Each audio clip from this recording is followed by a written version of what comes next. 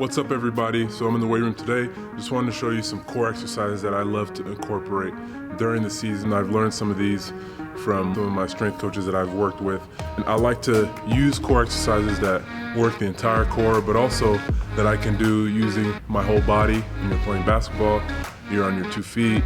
There's a lot of things going on. You're standing up, so you're using the whole body and using the core to be able to stabilize your body and help you make those movements that you need on the court. So I'm going to show you some of the exercises that I love to incorporate during the season in my workouts. In this exercise, I'm using a sled. I'm in a quarter stance, which is a position I can find myself with on the court. And I'm pushing the sled side to side while making sure my feet are anchored in the ground. I'm using my feet and also my glutes to stabilize my stance. And I'm focusing on moving the sled from side to side and controlling the weight. And I'll also change up my stance into different split stances that I can also experience when I'm on the court.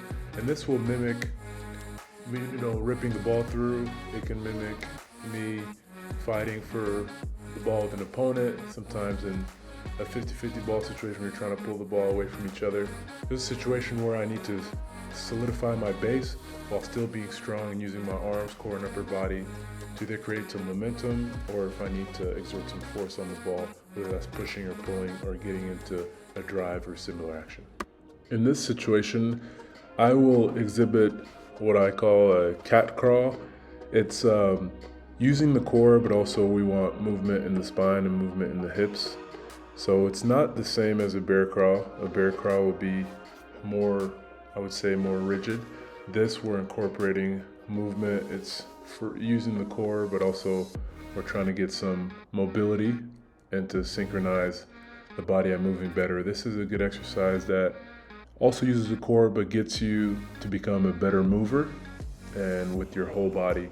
So I will go front to back, side to side, and just to get some rhythmic movement, some rhythmic flow. This next exercise, we're gonna do something very similar, but we're gonna work on something totally different.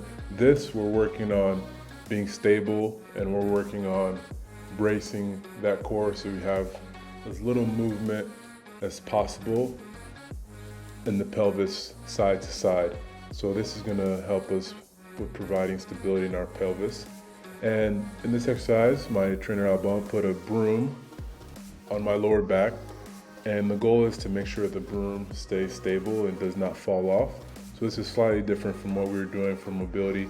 Here we're looking for stability. And these are some of my favorite exercises to do.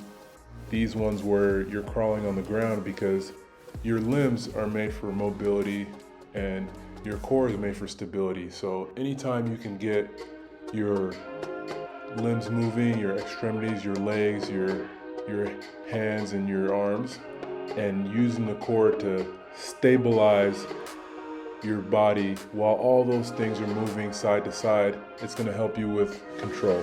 And another added challenge is by putting this broom on my back, so I'm able to stay stable. And even though the limbs moving, the arms, the legs is providing a challenge, I'm using my core to maintain that pelvis stable. And this is very important when we're running and making different movements, and when we're exerting different forces. Our legs are moving fast. In basketball, the ball's moving fast. We're shooting, dribbling. And if we can have a control that keeps our core tight, our pelvis tight, while we're doing these movements, it's very important and it's very advantageous to us to have that control over our body. So this is a great drill to help you to have more control in your core and more stability in your pelvis, which helps everything work better together. And there you have it, 2 or 3 very awesome exercises that I like that you can do in season. So thanks for watching.